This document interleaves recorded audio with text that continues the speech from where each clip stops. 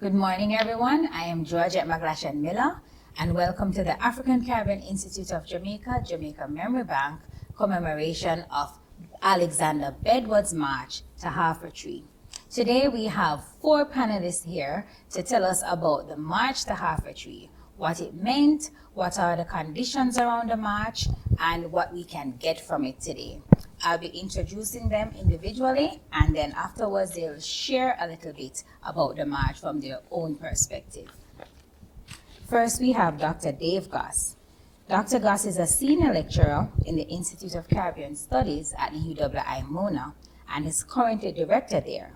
He formerly taught numerous courses in the Department of History and Archaeology. However, he belongs to the Institute of Caribbean Studies. Let me say, we've taken him over totally. He's a graduate of Howard University, and his first book is on the abolition and plantation management in early 19th century Jamaica, 1807 to 1838. His second book, Alexander Bedward, The Prophet of Augustown, Race, Religion, and Colonialism, has just been published by the UWI Press. He is currently serving as a chairman on the Board of Management at the Ardennes High School and a pastor of the Whitefield Town Church of God for the last 15 years. He also held the position of National Christian Education Director of the Church of God from 2003 to 2020. Finally, he is married to Deidre English Goss with one daughter, Michaela Goss. Let me to welcome Dr. Goss panel.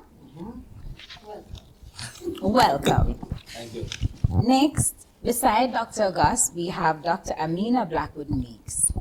Dr. Amina Blackwood Meeks is a multifaceted figure renowned for her contributions to education, cultural studies, and storytelling in Jamaica, the Caribbean, and beyond. With a diverse skill set as an educator, cultural studies scholar, author, storyteller, and motivational speaker, she has left a profound impact on the cultural landscape. Dr. Blackwood Meeks' dedication to using the oral arts as a tool for instilling core values and fostering human development has earned her recognition as a national treasure. As a former director of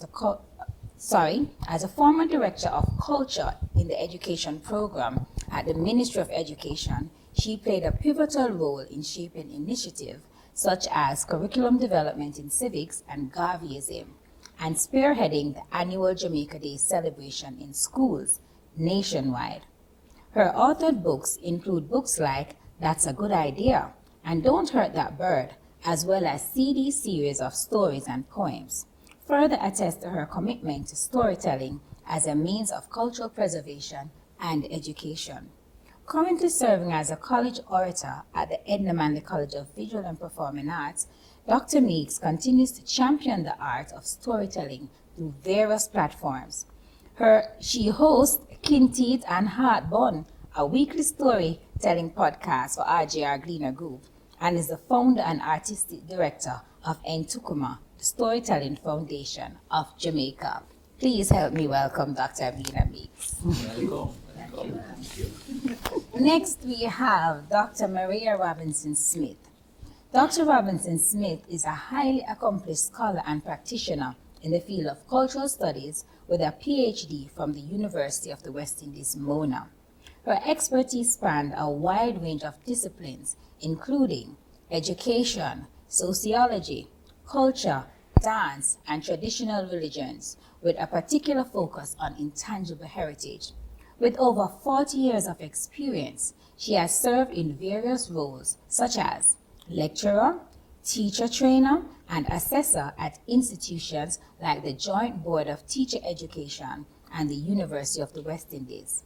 Additionally, she has contributed significantly to the cultural administration and training in the performing arts through her work at the Jamaica Cultural Development Commission and the Jamaica National Commission for UNESCO, where she currently serves as program manager. Dr. Robinson Smith's dedication to safeguarding heritage is evident through her involvement in projects and initiatives at national, regional, and international levels.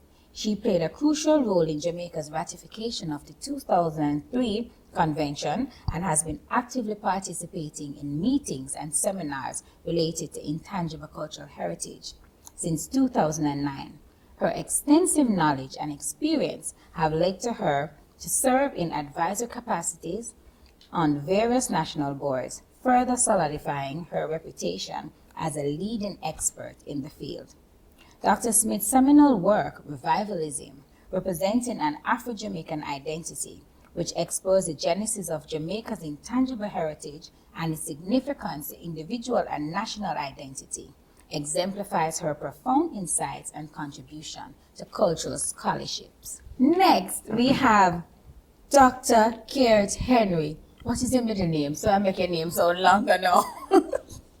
Dr. Keart Henry is a PhD, a Jamaican cultural scholar, curator, and an advocate dedicated to researching, documenting, and preserving Jamaica's rich cultural heritage. With a BA in History and Heritage Studies and a PhD in Cultural Studies from the University of the West Indies, Mona, Dr. Henry's academic pursuits focus on the intersection between dress, identity, spirituality, sexuality, and performance within the African diaspora. His doctoral studies delved into the materiality and performativity of dressed bodies in the ritual spaces of Jamaica's folk religion, specifically revivalism, showcasing his deep engagement with Jamaican cultural practices. As the director of the African Caribbean Institute of Jamaica, Jamaica Memory Bank, Dr. Henry leads efforts to promote cultural appreciation, respect, and tolerance for diversity among audiences. He has served as an adjunct lecturer at the UWI Mona, teaching courses on African religious retentions in the Caribbean, Caribbean fashion, and material culture and identity. Dr. Henry's commitment to fostering critical thinking about culture and its complex manifestations underscores his beliefs in using scholarship to positively impact and transform society. He has been recognized with prestigious awards, including the 2022 Prime Minister's National Youth Awards for Excellence for Academics, and the Dean's Award for Excellence for his doctoral study. This further affirms his significant contributions to cultural scholarship and community development. Help me to welcome Dr. Keart Henry to the panel. Thank you. So now that we've introduced everyone, we're going to move to the segment where we each talk about Bedward in our own capacity to share with our audience. We'll begin with Dr. Goss. Thank you, Georgette. It's a privilege to be here this morning, this Saturday morning, to talk about an important Jamaican that we have actually ignored in many, many ways. And I say that because Bedward holds a special place in our history and culture. I like to look at him as that bridge between Paul Bogle to Marcus Garvey.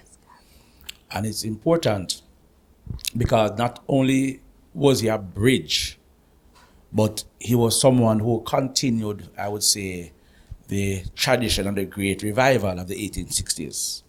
He's a product of the revival and then a continuation of the revival. And it's important for Jamaicans because I think what he did, he provided an alternative way of life, an African way of life, African way of even reading the Bible, a perspective on religion, and a movement which challenged, I argue, socially and politically the colonial system. So it was a threat. So this march, which was held on this particular day, in April 2021, is significant because to me it seemed as if he pictured himself or he saw himself as a symbol of the Black Christ. And my reading of him is that somehow his life seemed to have patterned to some extent some of the intricacies and the dynamics of the historical Jesus, you know. So this march then was a march, a provocative march, a statement. The word he actually used was a manifestation, manifesting himself, and the kingdom, this black kingdom that he had built up in Augustown. And it is significant because, as far as the colonial people are concerned, you stay in Augustown. And for those who don't know, the day before the march, he actually requested a place to actually have his followers camp out downtown. And they said, no, frankly, no, you stay in Augustown. And they sent someone to a high person in the police force to warn him, to say, you better not march tomorrow morning. Otherwise, you are going to feel the wrath of the state. And Bedward, if we believe what the reports said, Bedward said, I must march. The spirit told me I must march. And I'm going to march. And there's a statement in which he actually said to the followers, look here, any of you who don't want to come, you stay. Because we are taking to them tomorrow. So those who think that you're not ready yet, you stay. But we're going on the road tomorrow. So that is provocation. That's a deliberate man who at this point in time recognized that he had to make a statement against the colonial system. And so he marched. And we know the rest of it is that he and his followers were imprisoned.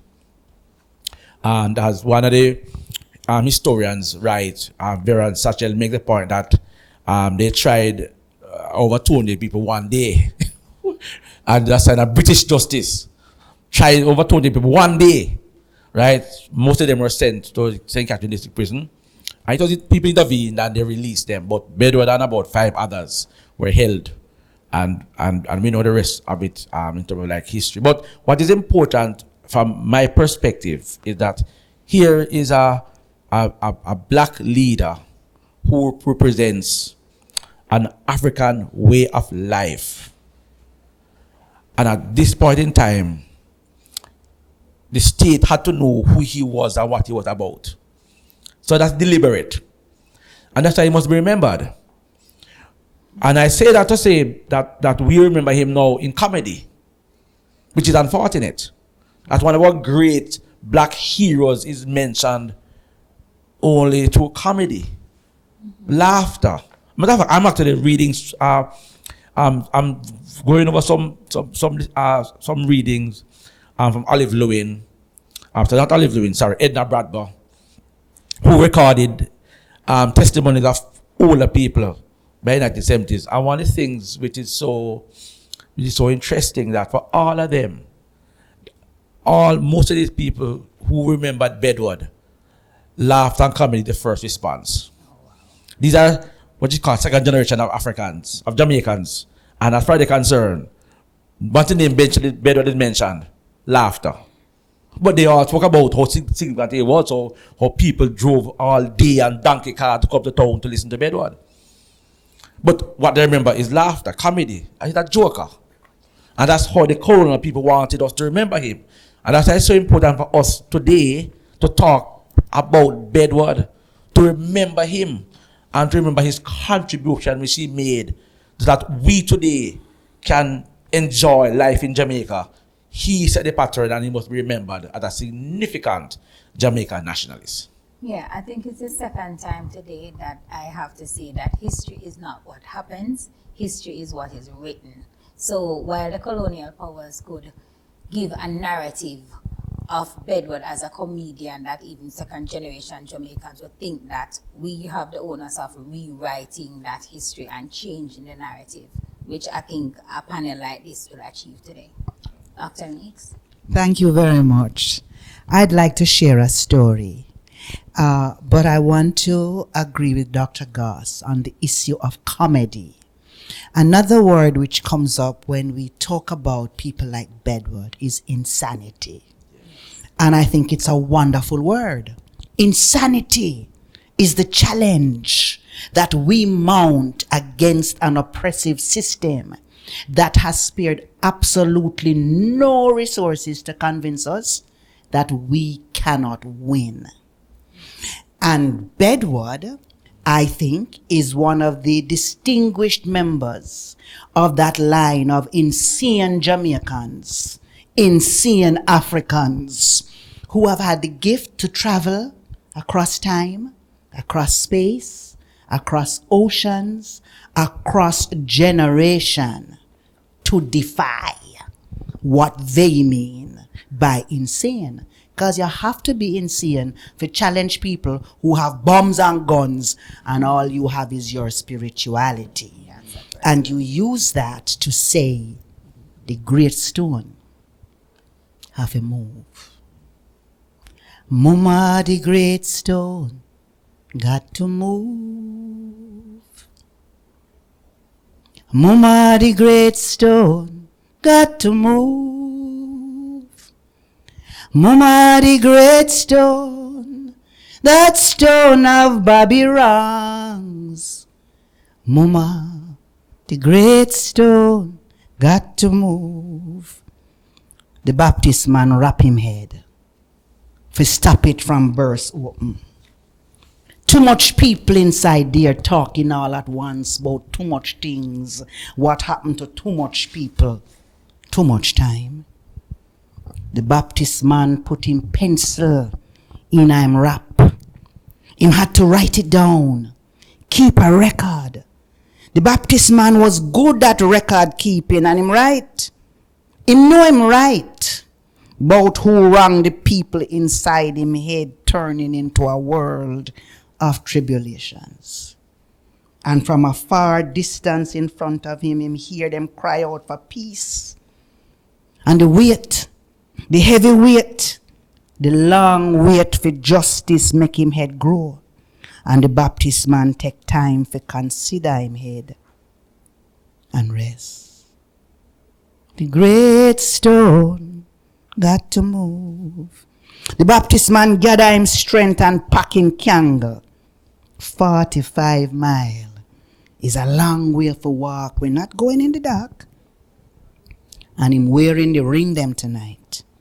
One against hate, one against malice, and a snake eye bone ring if I buck up the tempter. 45 miles, you have to seal up yourself. Him put on him red sash, and him swear the blood water of the Ashantis. Him get him Bible, him rod, and him staff. Him say, I calling all my warriors to the front line. Arthur Wellington, William Bowie, Edward Bailey, Moses, Letitia, Rosanna, Nelson. Remember Nelson? You ready for this one, Nelson? 45 miles is no easy walk to freedom. And right there in him head is like a woman just drop out like something cholera. Detention means that midnight knock when all about you is quiet. Ultimately, it means your seizure at dawn and your children screaming at the policeman taking their mother to leave her alone. Leave her alone. And he make figure some water about the drought, the 45 miles into the drought and the sun, the 27 years of the sun cause her to take her early rest. And him say the 6 man them with the shama that wrap her from head to toe.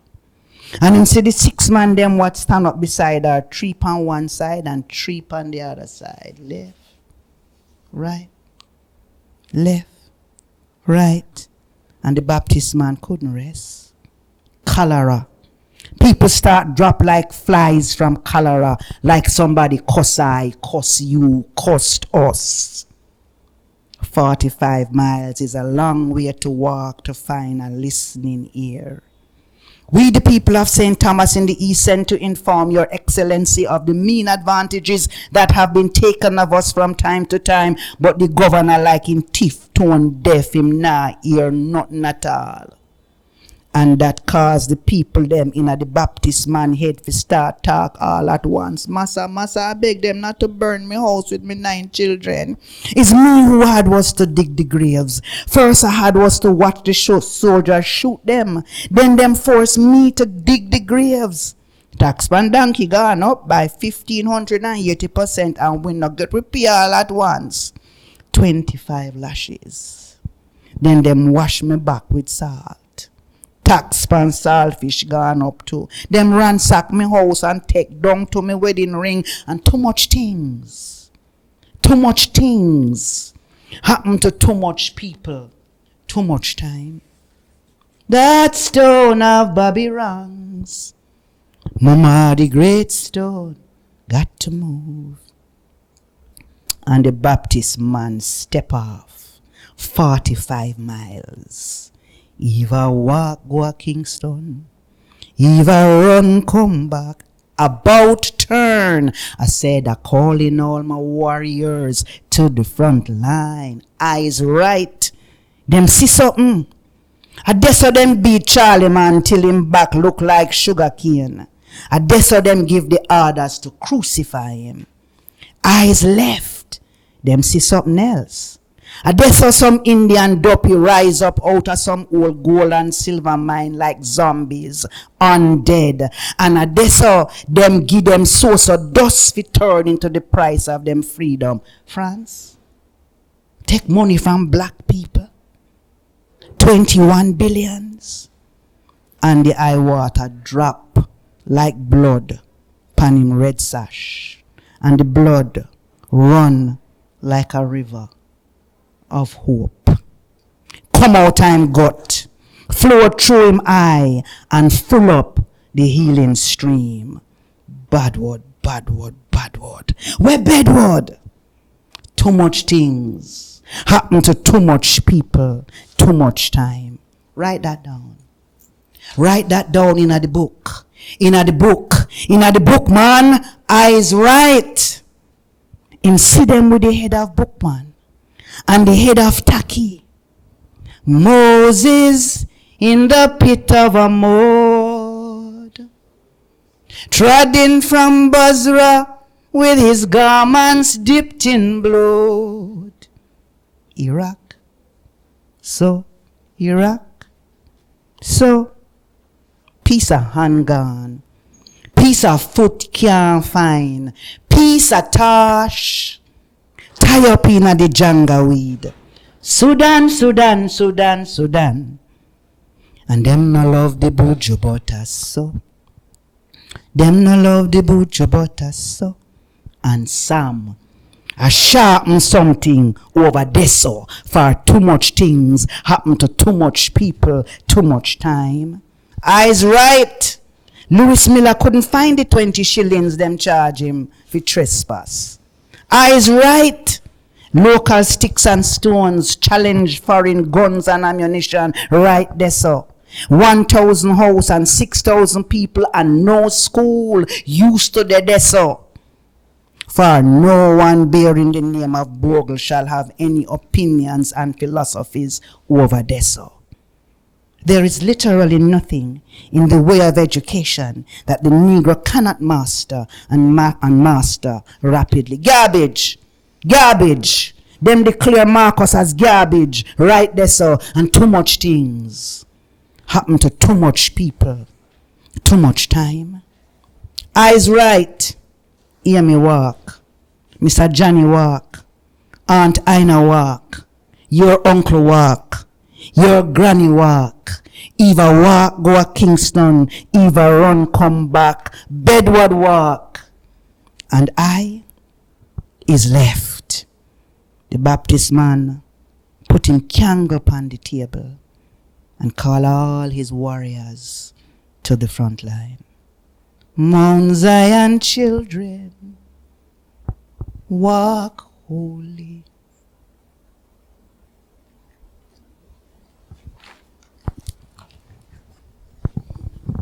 Wow. That's it. Wow. I'm not sure how to respond to that. I heard so many things in that. Too much people. In a Bedward head.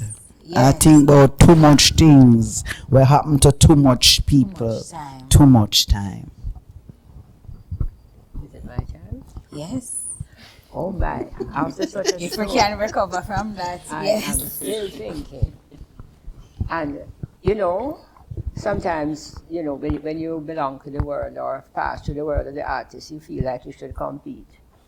If I only had the skills of a man named Roland Boyd, who was in the march, who I met as a child, when he told me the story of the march, going down to halfway tree, then I'm sure I could compete. But I don't know if I have those skills. I came up knowing about Bedward from the old people that I met as a child. And I used to love to listen to the stories. And Roland Boyd would tell us the story as a child. And we'd want to go back almost every evening to hear the story of them marching to halfway tree. It meant so much to him. It was such a thing as if they had won. It was a victory. It doesn't matter how the gleaner wrote about it or what had happened to Bedward or anybody else. For them, it was that victory. And I guess it probably spoke to that thing when Bedward used to say that there was this white wall that was going, but the black wall was rising, and it was going to engulf them. And I think that was the kind of experience that they felt on the day of that march, going down to halfway tree. And they would tell you about what the officers said to Bedward and how he would respond and how the march kept going. And when they sang, "Onward, Christian soldiers, going us to war," man, that was something. And you would stop and they would sing it. That was really something. And but the things that struck me too about Bedward, I also got another side of Bedward from my grandfather, who was a Baptist deacon, who had come to Kingston. He told me that the people would come from all across the island in trucks and whatever to be baptized by Bedward, but that they didn't stay in Augustown. They went back to their churches, those churches, Black Baptist churches that were all across the island. If you know the Baptist history, you had Baptists from Europe and we had Baptists, other Baptists and Baptists from America, which is what like Shakespeare Woods, who was supposed to have been Bedward's leader, who brought Bedward into the thing and so on. And you have Lyles and all of these people. So there were different Baptist groups here. But he told me about that and that was something that for them was empowering, because it was like that baptism was no ordinary baptism. It was like they were Black Baptists. It was a black baptism. It was about being immersed in Augustown, in blackness, to become an African, like I know, have become an African by this kind of baptism. What touched me again was when they told me about all these people who came from all across the island, across from America, and they came down and they were healed from all kinds of diseases and so on. And when I look in the Gleaner, I see people coming from all over on the placards and so on. There are pictures that speak to that. But then again, back as God said and you're saying, everything still, the stories that people tell after, is about a joke. We made no reference to the fact of this man, his charisma, the fact that he was a great healer. He had this gift, the gift of healing. And this healing was not just about physical healing, but spiritual healing. For people coming out of slavery, depressed, down-pressed. And you had all of these mental things, about being crazy and being, two people in one.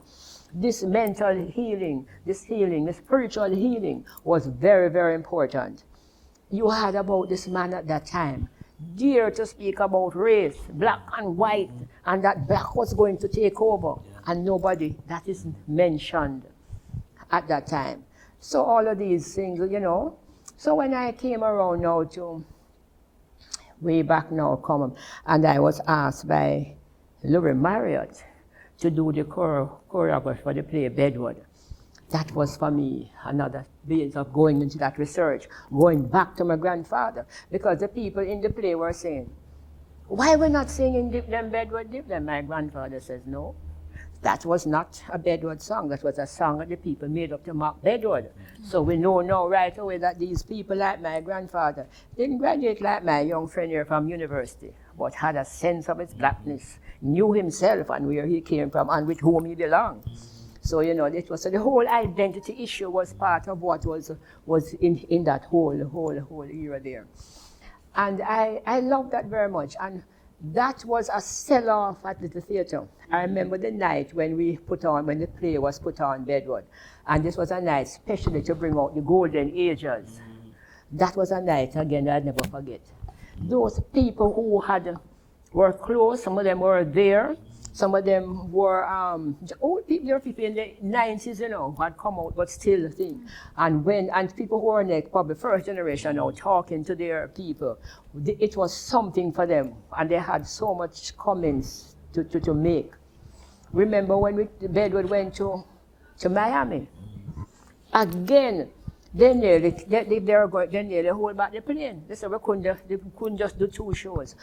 All the Black Americans came out, Jamaicans, Black Americans, because Bedward meant so much to them, this whole story of Bedward and what he did and what was accomplished by this black man, mad or whatever you want to call him, but who stood up against the oppressors at that time. So for me, Bedward is really, you know, I really think that we should really study Bedward. For example, this play that Louis Marriott wrote, I don't know, I think it should be a play that should be within the school, because Louis Marriott did not tolerate anything that was funny or thing, but to give the story as it was about Bedward, did the research.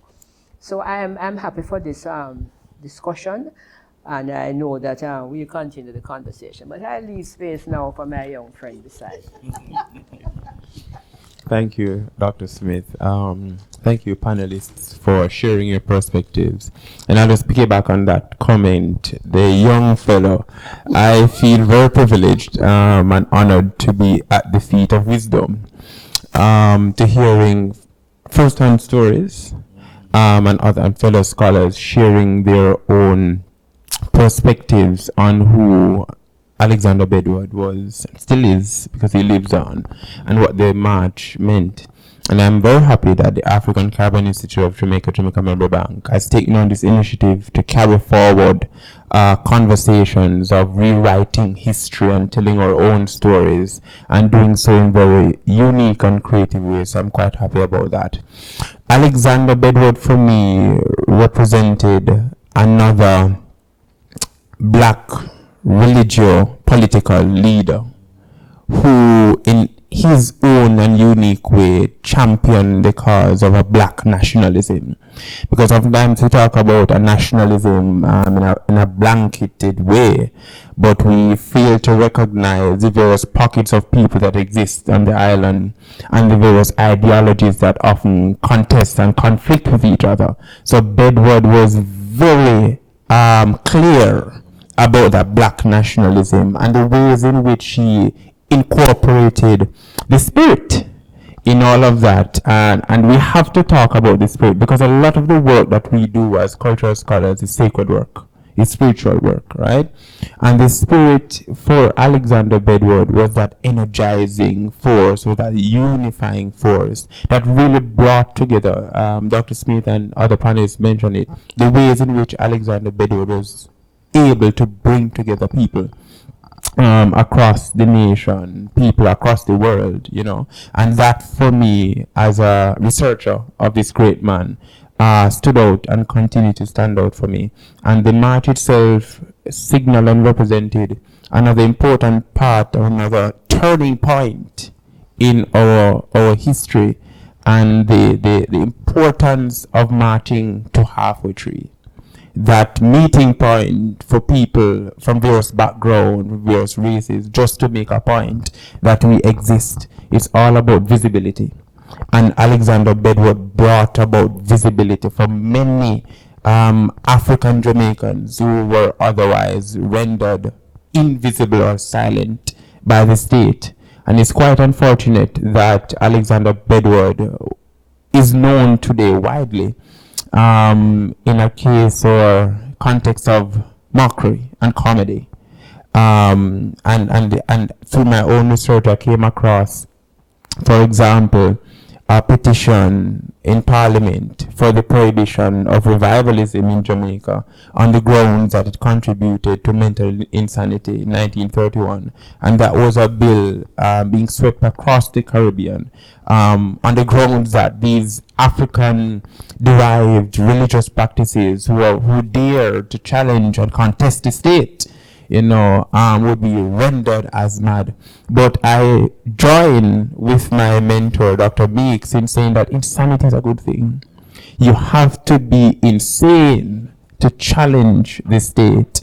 And the spirit is an important agent in that insanity. So let me pause here and we will continue the discussion. Okay, thank you, panelists. So although I am not a panelist, but the host of the panel, my experience about Alexander Bedward is that I am born and bred in Augustown, and I live in the midst of, I am going to call it a national treasure that I was not aware of as a child. So my stories around Bedward did not include the comedy and the mockery to how some people were exposed. Thing is that as a child, my mother would get goat milk from Miss Mama, who was married to Pa, who was a part of Bedward Church. So I grew up amongst revivalists, not knowing they were just my neighbors. So Miss Minzy was a revivalist. Now I'm just remembering all the people who would wear a different head wrap.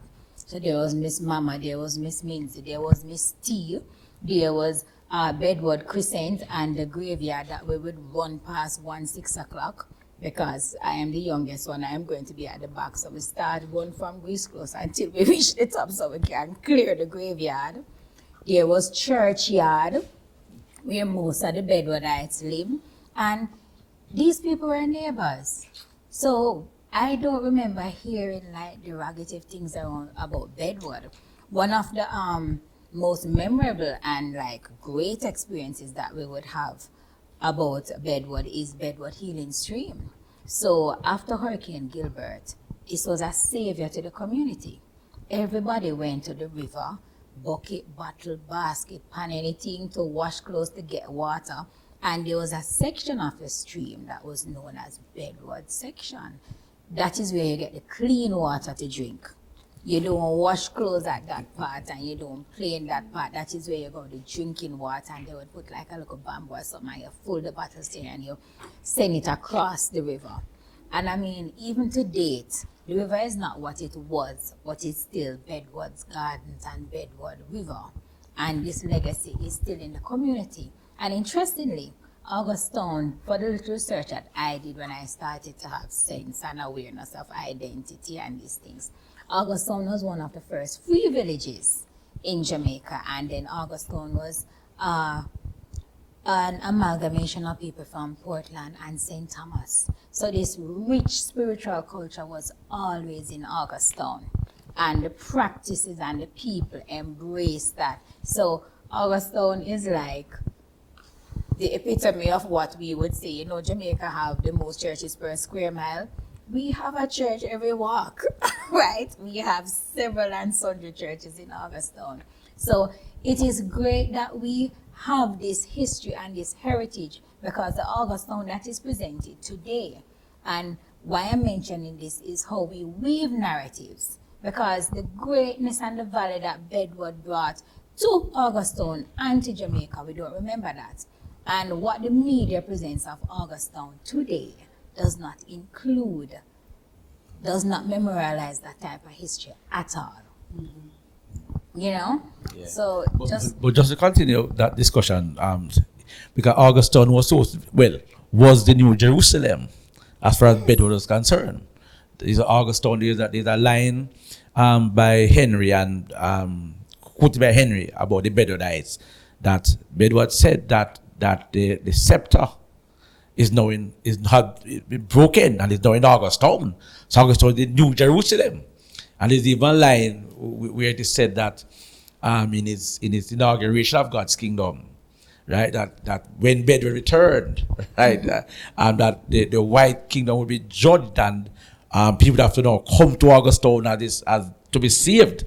So literally, in a sense, Augustown was built, well developed by Bedward, the Bedwardites. I mean, Bedward was so popular that Augustown became popular. Yes. Right? So Augustown's the own development was because of Bedward. And it's the whole communal, and I kind of argue as well that, and probably might be a stretch, but somehow, even Leonard Howard's communal thing that he set up, the blueprint was already done by Bedward. Yeah. And if the people came into Augustown long after Bedward, will testify that the most hard-working, committed workers they had were Bedwardites. Because Bedward trained them. Because they live in a community. People know when you go to the market, you buy for everybody. Right? They were so organized, so disciplined that they said that if you want some good workers, get Bedwardites. If you hire one, he bring 10 of his friends and they do the work and share the money. This thing that's taught by Bedward. So that's go back to the African way of life. So Augustown, in that sense, resembles to a great extent what Africa was like. A village. Exactly right. And that is significant. And that's why he could entertain everybody. And even his greatest critic said, if you go Augustown, you can't dead for hungry. Right? Because the man, it is so organized, everybody have food to eat, a place to live. Right? I mean, and they build each other's homes and they work together. It's a model. And that's why the man is a significant hero for us. May I say this? I want to say that part of our redemption is in how we language our reality. And there are some lies we have to learn to mash down. It is not universally held when we say people take Bedward for a joke or take him saying mad in the way the colonialists mean mad. We have to know who we're talking about. This is not your Mr. Gentleman. This is not your grandfather who reminds us that we have to know who we are and amongst whom we ought to be. This is not Miss Mama and all of those people whose name you need to give me now to call in the story. These are people who have an interest in our brain dirty in. Because I heard someone say, but on a brainwash, we have a right to wash the brain.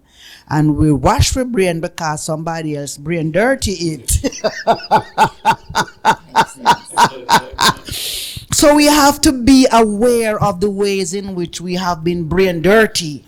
So when we come to brainwash ourselves, we say, no, I know everybody. And therefore, whose interest is served by perpetuating these lies. And one of the ways in which the lies persist, I think Maria alluded to.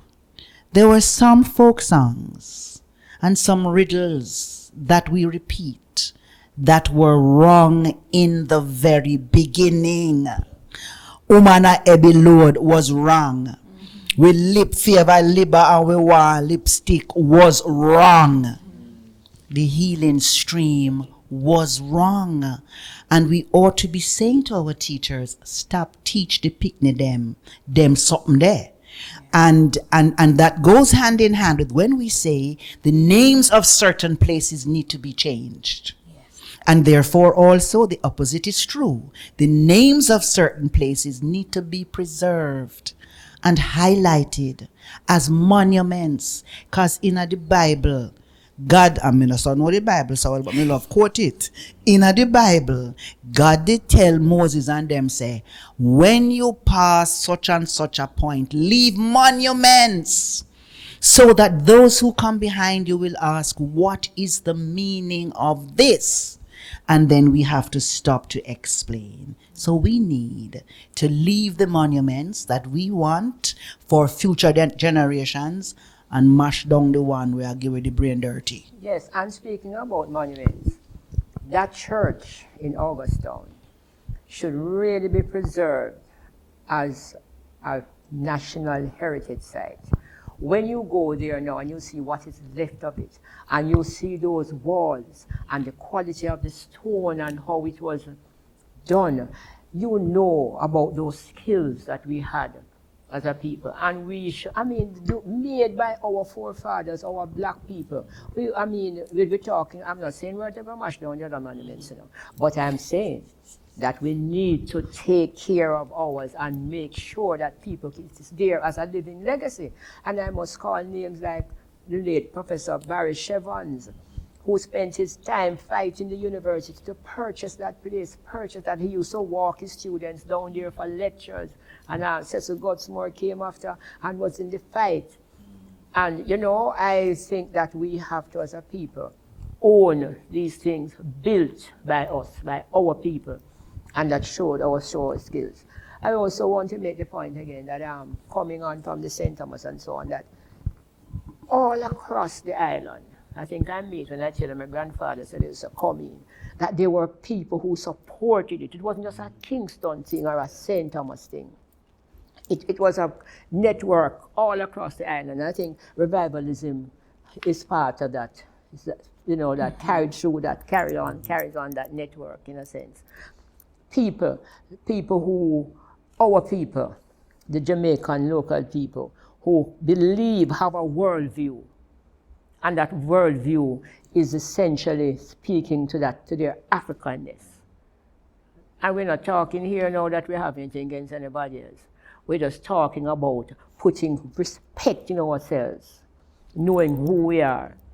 Because outside of that, there can be no self-worth. We're talking about all of what is happening in the schools and the lack of self-esteem and so on.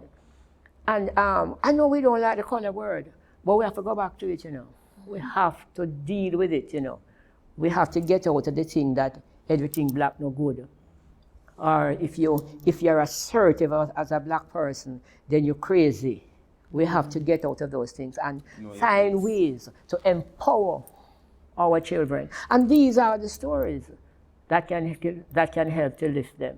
Because this is our history, this is where we are coming from. We have always had strong people, charismatic people, people who could pull people together. And develop models like we're talking about, the model down at Augustown and the one up in of the Rastafarian. School of Vision up in Gordon Town? No, the Rastafarian over by St. Catherine there. Pinnacle. Pinnacle was such an example of a black space. And so we really have, but what do we do to it? We mow it down and we won't even try and do a semblance of it. So while we talk about monuments, we have to look for those monuments that speak about us as a people. But just add a little thing though, as well, the idea of monument, that people who saw Bedward's church at that time still can't believe that a man who is supposed to be, in a sense, illiterate, in a formal sense. And the secretary treasurer does say that, I mean, he really could read and write that well. Mm-hmm. But we know today so that read and writing is not a sign that you're dunce. Mm-hmm. Because head come before book. Right. But people are amazed, and everybody who came could not understand. No. And when I went down there, I saw the size of the building and realized that this thing was a double deck thing at that time, and the way how it was built. He described how he built it, you know. He got people from the river, and they line up together. And they carry black and carry whatever. I know, man. I have to put that in my choreography, you know, designer thing, you know, how you do the stars and you move. And yes, man, we had it in Bedward. We worked it out. It's a miracle. Yes. So it is quite clear that what Bedward represented, that here is a man, a black man, who, as far as the mother in no sense, but led by the Spirit, he's able to organize a community of believers to do the most amazing thing. So he represents for many people a symbol of what black people can achieve and did achieve. And part of what I hear us asking is, what is our personal responsibility to this revivalism of the persons who give us our spirit, that we can be sitting here having this impassioned academic discussion, you know? I like to paraphrase Marcus Garvey. When Marcus Garvey asks who then is the black man king, and he declares him and put on all of his wonderful pageantry and so on, I think I hear Marcus Garvey saying, but I me ask the question, so I must be part of the answer. Because there is a real way in which, if people understood the sacred nature of everything that you have just described, they would be able to transcend economic impoverishment. Yeah. Them want a house, them now go take piece of the brick out of Bedward building. Yes. They will be able to transcend that for the greater good of the collective spirituality that has allowed us to survive and sometimes triumph over all these years. So I'm making an appeal to us and to all Jamaicans who are listening to us this morning, and to all the people them in Augustown who still have this inside of them craw. It's a nice word, you know, that is sometimes attributed to the Egyptians. Inside of them craw, inside of them belly. What are we going to do now that we found love? What are we going to do with it? You wanted to say something? Right. Dr. Gus, one of the important things that I've noticed between Marcus Garvey and Alexander Bedward and Capo Reynolds is the development of an African Jamaican theology.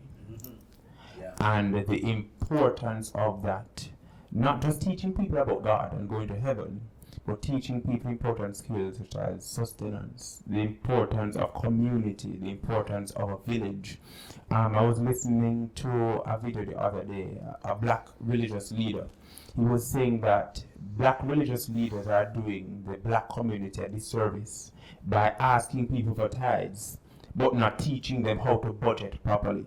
So what do you ask to bring in 10%? How do you teach us to multiply the 90, right? And that is what Bedward was doing. Ben was really teaching people, black people, especially in Augustown, the importance of self-sustenance and development. Yes. And you're absolutely right. But in many ways, not just in terms of like a village, but also even when you read the Bible. Yes. I mean, it's a sense in which, Bedward took a theology in which he argued that if you talk about the Old Testament and New Testament now, when it comes to Revelation now, it's Bedward time, it's Bedward age. Mm-hmm. So he was able to locate himself and black people as Israelites, and that we are the ones, we are the princess, princess and yes. prince will come out of Egypt. Yes. That was his favorite yes. code. It's a part of the whole Ethiopian tradition. That's why I made the point that better represents the African way of thinking and working and living and understanding. Right? We saw ourselves in the Bible. We were the ones, we are the Jews who have been trampled upon and all of that. And therefore then you could see the relevance of a black Christ. And go back to Garvey, right? So it's a continuation, of the whole Ethiopian doctrine and idea coming from George Lyle and others coming down. Bedward carried all of that. Plus the healing, we talk about the healing. I remember in the interview I'm doing, the recording by Brad Buff, one person made the point that what attracted them to Bedward now was the healing. Yes. But we all need healing. And Bedward talk about that. The ministers of religion are collecting money. The doctors are taking away your money. You're not being healed. Come to the healing stream, that sense, to where you can get real healing. Emancipating yourself from mental slavery. But this healing too has been carried on right across the island in revivalism. Because one of the areas that I looked at was healing, and all across the island you have these used to have these healing ceremonies. Some of it on a Monday, some of it on a Wednesday, and you notice the water and the different things that we use in terms of our folk medicines and so on. And people come and line up. I used to see the one down at Augustown, near to the campus there. Line going around, people come to be healed. Yes, and I remember too now, there was this lady, she was studying in England, she was born there, but they had a problem there with how our Jamaican and Caribbean people deal with doctors and medicine. They said they would go to the doctor, but they would never take the doctor medicine. So she came out here to do this research now, and as to how it is that Jamaicans look at wellness and healing. And part of what she went through was through Kumina and revivalism. And we looked at how the healing was combined with the music and the dance. You know, all of these things came together. It's real theater, though, you know. It's a kind of theater, and I guess that is why it works so much on the body. And so I'm saying now that these people are coming out from foreign, you know, and doing this kind of research. And I don't know if you people at the university who are still there can tell me how much of this that how much of it that we that is happening. But they take it because when they look at our people and see the fact that they're not, even they have the high blood pressure and the sugar, they're not taking the medicine that the doctor prescribed. They have their own ways of healing. I'm not saying that this is bad, you know, or good, because I know the medicals out there might be listening, but I'm saying that maybe we need to take how much a look are we giving to these things. But the reality that we come back to herbal life now, you know, all of a sudden herbal life now and bush medicine now is a big thing, because you can make money for it, you see, and that's why you go back to the tradition, that's why you have to respect people like Bedward and their self-reliance. Rely upon yourself, you know, rely on what the spirit tells you to do. You can find healing in nature. Right? It's about nature and what is natural. Come back into what the Rastafari people are saying now, you know, to us, right? So it is a way of life that he encouraged and built that we have just disregarded. And he built it because he understood and had a respect for his African traditions, which is part of what we need to do, is to revalorize that.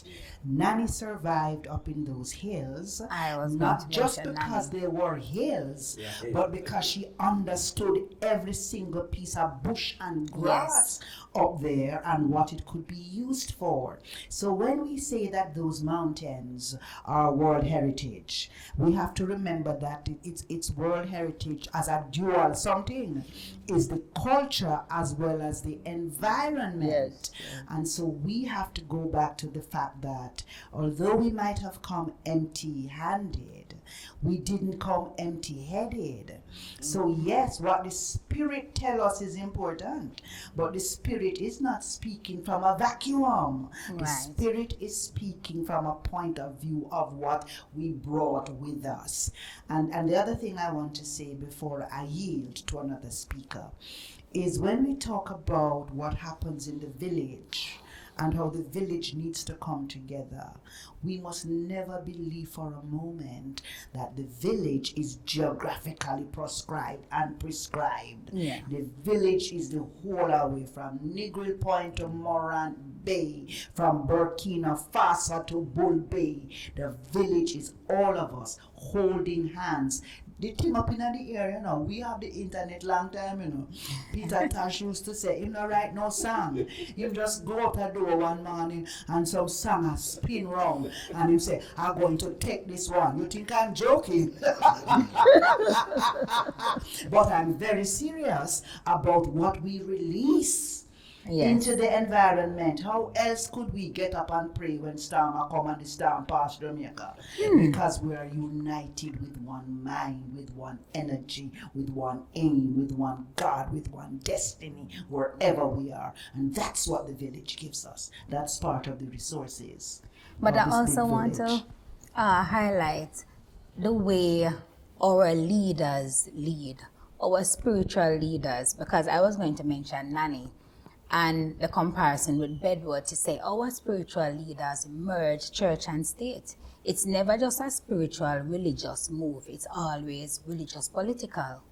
And something like that is a catalyst for the march to Halfway Tree. So we are not just here healing our wounds and giving therapy to ourselves, but we're representing our people on a political level, which is what Bedward march to Halfway Tree would symbolize. Well, I understand the merge. It's not a merge, you know.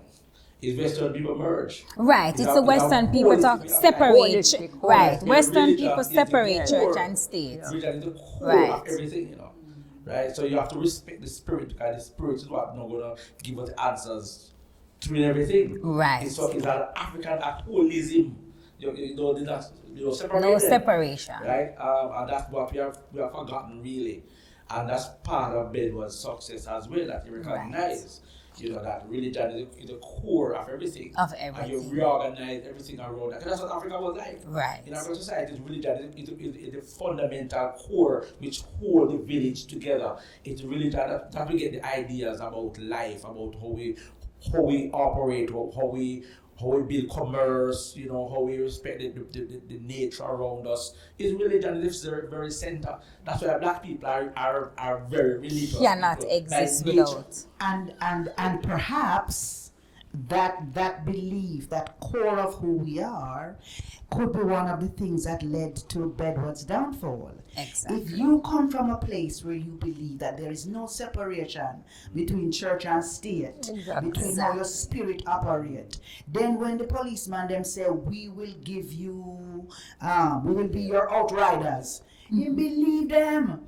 Because he's coming from a place of spirituality, and he believed them because betrayal is not part of that. So he did not expect that once he was escorted down Maxwell Avenue or up whatever direction it was, and then take him in a halfway tree, that they were going to leave him there. And that's something that we have to be aware of, that this colonial, I don't know about post-colonial because it's still here, so I don't know it could have been post. This colonial system does not have the same notions of betrayal as we do. You know, in the movie Amistad, when the illegally enslaved, that's a tautology because if you're enslaved, it's illegal. But the illegally enslaved Africans, their case was taken to court. And they were freed, and they came to Sinke, the only African who could speak English, and they must celebrate. And then here comes the lawyer to say, no, stop the celebration, tell them that the case has been overturned. And Sinke said, what that mean? And the lawyer said, the court has changed its mind. And Sinke said, I can't translate that. Where I come from, there is no notion of having changed your mind. Wow. So we can't tell them, say the mind change. Where we come from, there is no notion of betrayal. You say you're going to do something, you do it.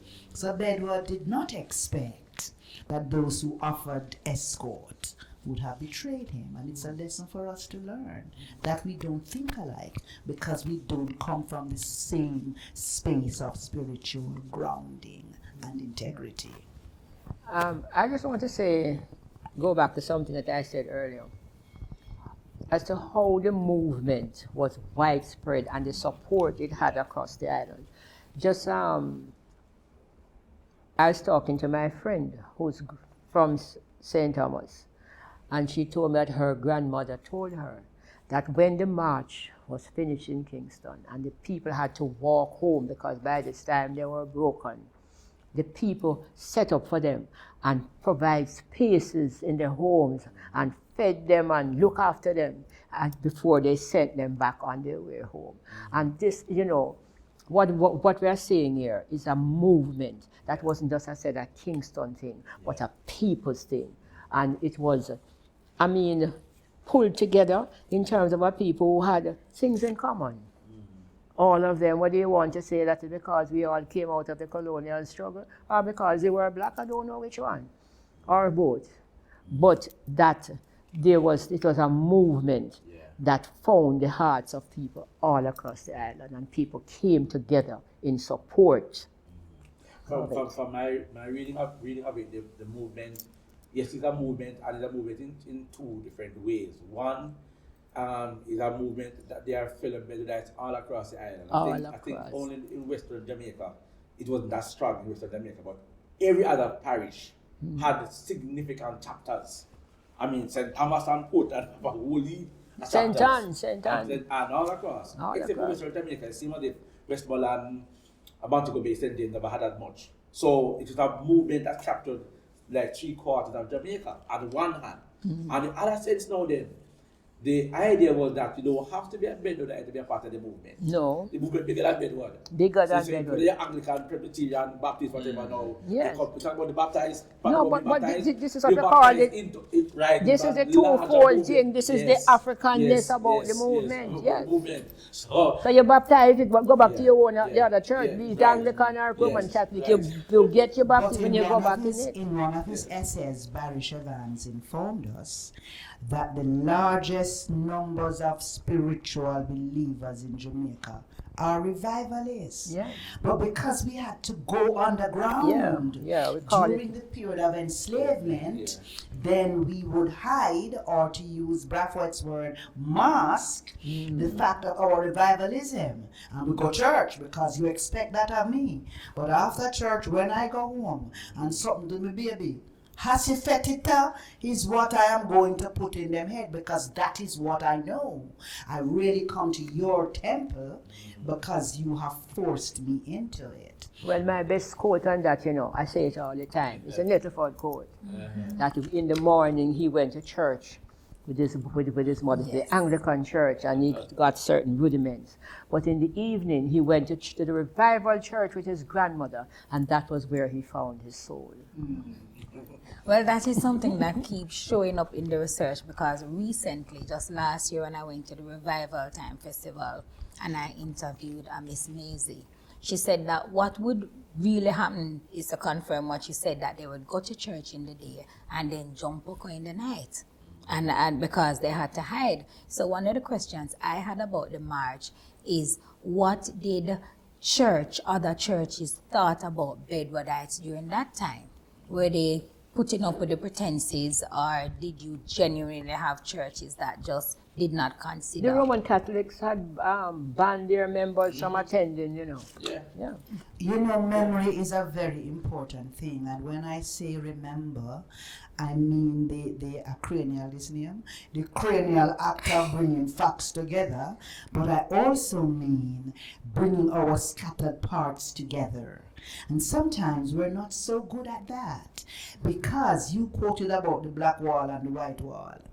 And some of the scholars tell us that while Bedward behaved in a way that they could classify as mad, they allowed him. It no matter how many people were coming into his fold, how big the fellowship was growing, they allowed him. You see, when Bedward started talking about the white wall and the black wall and the black wall going overturn, those who we thought forgot remembered that those words had been echoed or first expressed by Paul Bogle, and they were not going to allow this to take root again. And so they realized that anybody who could say that to describe what they were doing, no so mad. We have to get rid of him. What we remember and how we apply what we remember is critical to how we go forward. Indeed. Yeah.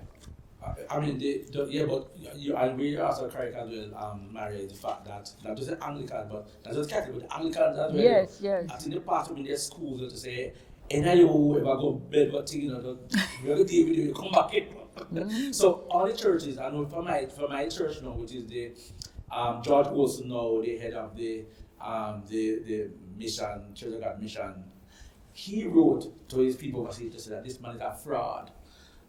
He prophet into that, he called it Prophet Bedward, Profit. Oh. Not Prophet. He said that Prophet Bedward, not a prophet either. Right. That's it, Profit, money making profit. Money making profit. Profit, profit. A fraudster. He said that all of my time in Jamaica, I just couldn't understand how they allow this man to just be, go around collecting people's money. They know the same argument they used against Marcus Garvey when the Black Star Line had take off in Delaware, and they wanted a piece of the pie. So what we're seeing is the consistency of the colonial thought. Yeah. Which is, we have to now engage in a conversation about the differences between religion versus spirituality. Because religion by nature is divisive. But it was that spiritual connection that brought us all together as black people here in Jamaica. And Dr. Smith made a point that persons from other religious backgrounds may have opened their doors and welcomed those of them out. It was that spiritual connection, because while the religious ideology suggests a separation or divide, this spiritual connection among the people led them to be hospitable towards, because they could connect with the struggle, and they recognized the struggle and the importance of engaging in this political activity. Amy Bailey, in our own pocket is Amy Bailey, the one down on the waterfront. I am not sure. I'm pretty sure it's Bailey. Is that Amy the one? I tend to mix up the Amy's. But this woman who in 1938, when the workers were on strike for 2 weeks, and she went into her own pocket and get soup to come feed them, is part of that sustaining of one another and understanding the mission and understanding that all your fingers are not alike. But every single one of them has a different role to play, and you need all of them to make a fist and pick up something and do what you need to do. Yeah, man, they go back to the question of the church. Aggie Bernard. It's Aggie Bernard. Aggie Bernard, yes. Right, I'm yeah, thinking they Amy were- Gardner. Yes. Yes, some church members though petitioned the government when the Bedward were arrested and charged, and they sent a message to the governor saying, if we had organized a march, would you do the autoversity to use the Bedward? And that the governor released the Bedwardites. So apart from the five leaders and The Bedward, deacons. the others returned home. So at that late stage, the church got involved. But prior to this, they were not pleased with Bedward because Bedward demanded too much national attention. The whole spotlight was on Bedward and what this man was doing. So, and Bedward wasn't afraid to challenge them as well. You know, so you could see the counterculture there between traditional Christianity and a kind of a black Christianity. Right? And so you could understand that the church could not accommodate, the colonial church could not accommodate a Bedward, you know, because people left, right, and center. And who I view it, you know, I mean, I see Bedward as a smart man, leader. It's a strategist. A strategist, right? Yes. So what he does, he positions Bedwardism to be similar to Judaism, Christianity, and Bedwardism. So it's not anything, and I like them people who are trying to do something by the side, you know, it's something which is legitimate. You know, and even among revivalists again too, he identified as revivalists, but he also commanded his members to look here, you know, not too much singing and clapping and drumming and all the thing. You must listen to. You know, right? So it's a way we see position moving like in a center, in a sense, you know, but at the other hand, he is a revivalist, and he's suffering with revivalists, right? And so he's that, you know, what the leader to some extent of the revivalist movement generally. But on the other hand, now he put it in the church in that kind of a way. So he's a smart, strategic thinker. And so the man is an amazing leader as far as I'm concerned. Because to take all the balls of the colonial and say, me have a march, me don't care what to say, me have a march. You don't stop me if you can. It must be a man who had accomplished a certain kind of leadership that we must admire. And as the young folks might say, I'm not afraid of no guy. And as we mentioned that point, I am a revivalist, as we all know right now. But what I don't hear a lot of is revivalists talking about Alexander Bedward. If you ask the average revivalist today, who is Alexander Bedward, he or she is not able to tell you. And I think religiously and politically now, that is one of the things we need to weave together. Dr. Meeks and Mrs. Miller here talking about the weaving, and oftentimes too much as scholars we write in isolation of each other. Conversations such as this is important when we put together the pieces to create the story or the whole picture that people can be able to see. And you're right, Kirt, you're right, because remember now that when the government passed a law now, you know, against revivalists, you know, and the bill that law them aiming for, you know, is everybody else who wants to become a revivalist. So we mustn't forget that after 1895, when Bedward was initially freed because of an error, the judge made an error when he was charged for sedition, 1895, and when they come to the end of the thing, the judge didn't ask for guilty or innocent. The judge said, well, juror, if you think that the man is a madman, you can send him to the asylum. So that opened the door for the lawyer now to come in and say, hold on, no. Yeah. If you charge him for sedition, then you can introduce lunacy, and so it kind of got off in that sense. But the point I'm making is that when the government now sat down and realized that, look, we get straight our lunacy laws, anybody who look like them African and doing African is a revivalist. And therefore mad. And so they straightened that. If you look at the amount of people they sent to Bellevue and afterwards, it rose like about 300%. So after 1895, anybody who went African asylum. So a lot of people were locked up. I sent to the asylum because they're revivalists, because they follow Bedward. And as a way of silencing The movement, the revivalist movement. And we wonder how far back bleaching is coming from. If to look like an African black man, you're mad. Yeah. Then over time, because culture is also an accumulation of thought. Yeah. So you hear that so often from generation to generation. When we reach 2024, one look like a black man, because that classifies you as mad. And that is why, coming out of us, I am strongly against the use of the term Pocomania. Me too. Second Because degree. that suffix I do mania, not use it. It is nowhere in my thing. Vocabulary. it is a serious term Yes. that is being used. However, in casually, but it is a serious term. Yes. Where you remind the people And of- ignorant of- with of- it. and ignorant, And right? it's ignorant, A yes. lot of us don't know, and a lot of us don't care to know. So we do have a lot to do as scholars and practitioners. But I want to say this though. In all of my research, I have never interviewed a revivalist from Kingston to Westmoreland to St. Thomas all over who tell me that I am a Pocomanian.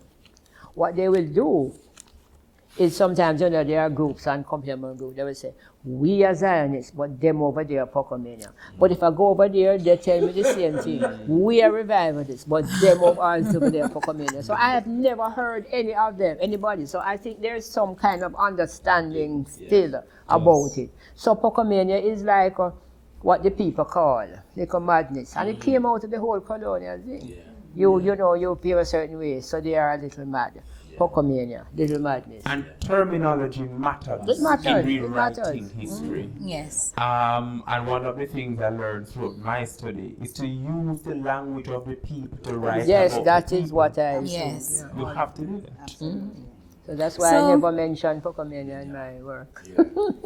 So we are closing, but to pick up on something that Dr. Blackwood Meek said about the contemporary and bleaching, what are some of the lessons that we can take from the march of Bedward to Halfway Tree that would be applicable to contemporary times now? And these are your last words. I think that one of the things we have to consider very seriously is what is our assignment. What is our assignment? We believe that the only people who are on assignment, that we should follow the Babylonian way, then wear high shoes and stockings and jacket and tie, and then have 2 bus and an ice cream parlor, and their success is measured by their material things. We have to begin to measure success by your spiritual assignment.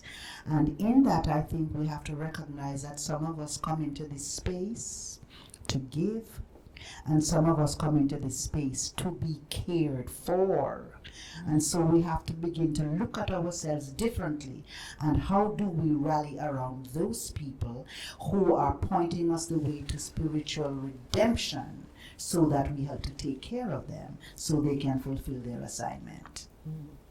I want to say that looking at not just the march and the whole Bedwardism, the whole community at Augustown, that we need to look at being self-reliant. and how it is as in communities we can support each other instead of every time we thirsty or we want a pin, government this, or we expecting it from the man over there. How these people came together in support, whatever they had, they shared, and they were each other's keeper. They were their brother's keeper. And that is something that I think that those are things that we can carry over to this day to be successful. My final words. Yes. For now. Going back to the argument about agents of socialization, I think the churches, especially here in Jamaica now, need to take a page out of Bedward's book in terms of using the pulpit as a platform to empower the people and allowing the people to realize their importance and the importance of their blackness and their relevance in a society like this, operating as black people, and the importance of being heard and the importance of healing. And if you notice that Alexander Bedward wasn't passive about the concept of healing, he was very strategic, he was very active. You want healing? Let's do a march, because we have to confront and contest certain colonial structures in order to get that holistic healing that we need. Yes, we have a village. Yes, we plant the herbs, right? And whenever we have a headache or so, we can pull on a plant. But we have to get that sort of mental healing as well.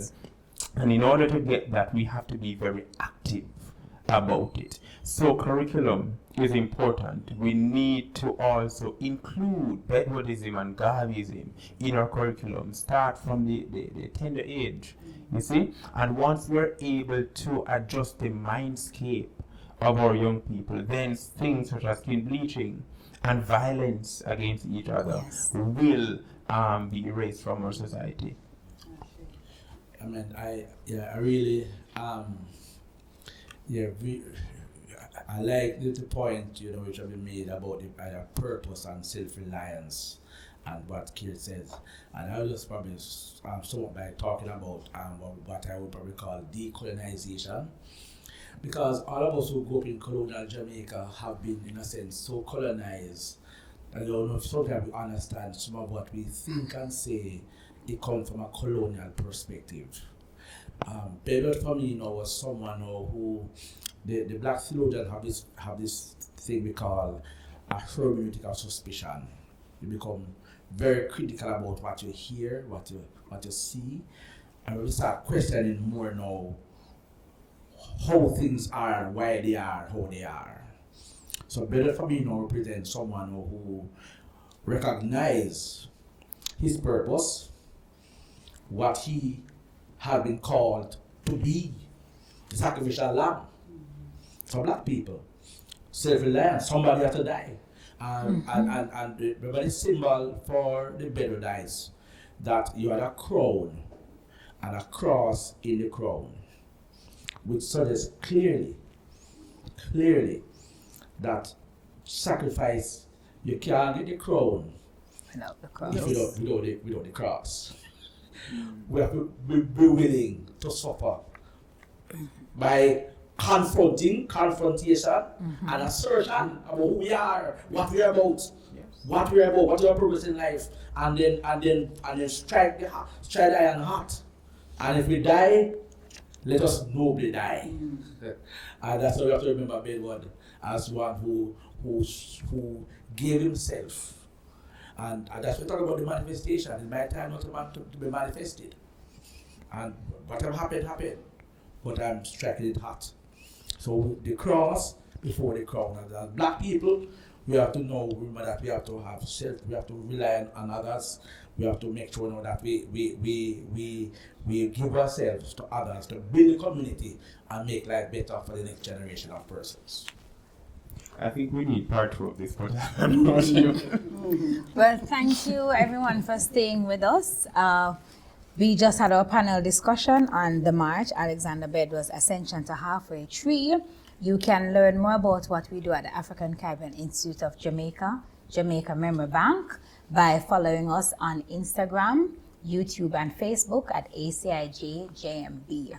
Our next event that we'll be hosting on the first Thursday in May is our curating culture. So you can check us out at that time and we'll post our YouTube link to our mailing list. Thank you for staying with us.